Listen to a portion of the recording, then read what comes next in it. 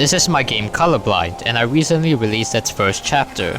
Free to play now, look in the description down below. It's a 3D puzzle story game about robots in a post-apocalyptic world, and the unique feature about it is that it has no color. And we gotta make a second chapter to continue the story. First of all, we need to set the location of the chapter. And well, you've read the title, we're making some cities. A Singaporean classic.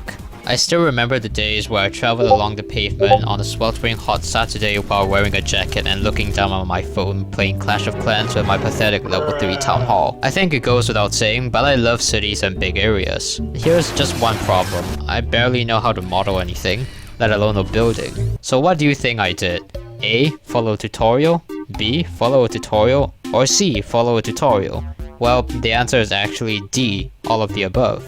Check out, YIIK Studios for being an epic gamer 3D modeler. So here you can see the environment in action. Massive skyscrapers, and trees, benches, and fences for good measure. I also added water, except it's not water because it bloody murders you. So that's the environment. Next up, plot. I think the story is the most integral part of the story game because it makes gameplay more immersive and creates endless memes about the cake being a lie. The only character in the game currently is Neuron, a bumbling and friendly little robot. His voice actor is Barrel of Monkeys over at Fiverr. Check him out, his delivery was brilliant and epic. So obviously one character is just pretty boring.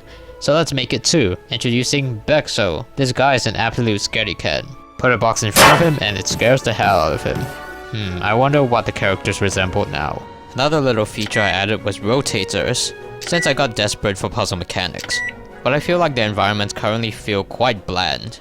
So I took the liberty of designing props and furniture. Now that that's done, let me give you a tour. What's up my homies, welcome back to the tour of Ligma Hotels. Oh, you don't know what Ligma is?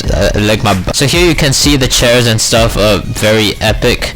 We serve bread and contaminated water. We have a nice little pool area right here. You can chillax beside the pool with these umbrellas and totally sheltered beds. Yeah, you can ignore that one, that's the only bed that isn't sheltered. Or you can chill inside the pool with some totally not polluted water. Customers have reviewed an amazing 1 out of 10. Listen to what the customers have to say.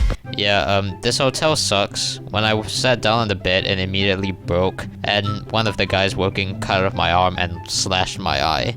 1 out of 10, do not come here please. Wow, what an amazing, inspiring story. Be sure to check it out. This is how much you'll need to spend per night, and I'll see you tomorrow.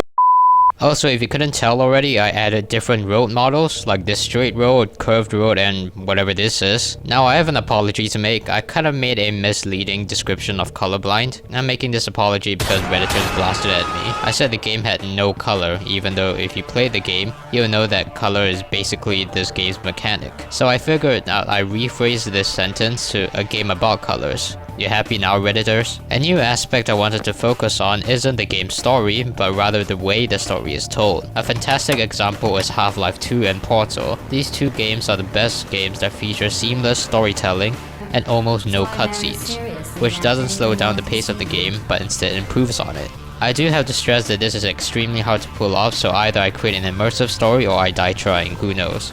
Also, the music is slowly but surely being made. Since the setting is the city, it will have to be slightly futuristic, but also kinda eerie since it's abandoned after all. I might even get someone to do the music for me, who knows. If you're interested in finding more on the game, be sure to check out my Twitter. I post daily screenshots of Colorblind. I'm aiming for a release by the end of April. The second chapter is significantly larger than the first.